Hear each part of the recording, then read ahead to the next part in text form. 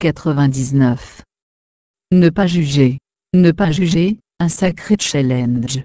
Comprendre, ne serait-ce que par la réflexion, les éléments mentionnés dans un autre texte, numéro 97.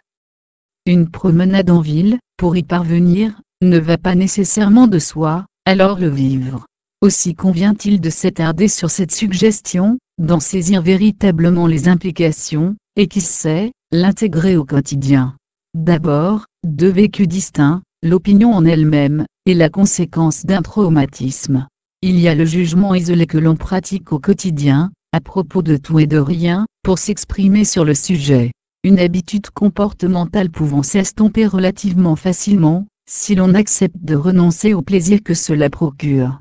Beaucoup plus délicate, l'appréciation accompagnant une meurtrissure personnelle, un acte portant atteinte à l'intégrité physique ou psychique.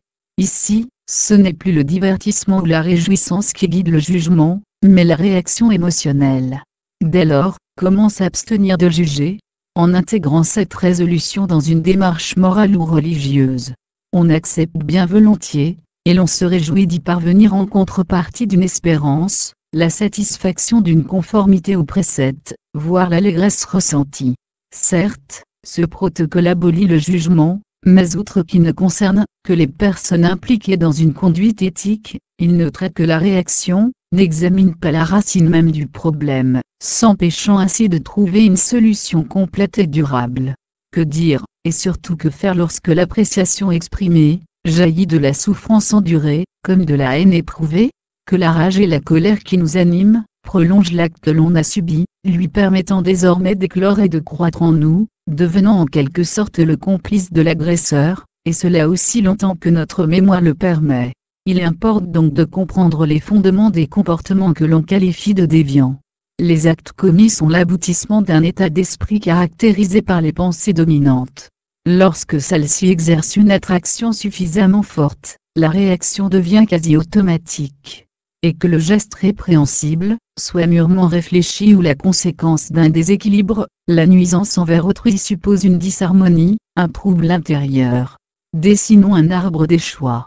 Prenons une feuille, et commençons au milieu de l'un de ses bords. D'abord un trait horizontal, suivi d'un embranchement obliquant à droite et à gauche. On renouvelle ainsi le schéma à partir de chaque bifurcation, atteignant respectivement le haut et le bas de la feuille.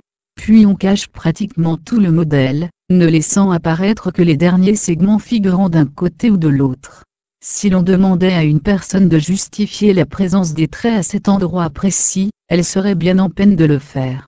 Lorsque nous portons un jugement, nous le faisons en braquant une lumière vive sur les derniers segments, ignorant tous les autres maintenus dans l'ombre. Ayant compris cela, il ne reste plus qu'à l'appliquer au quotidien avec l'aide de l'attention.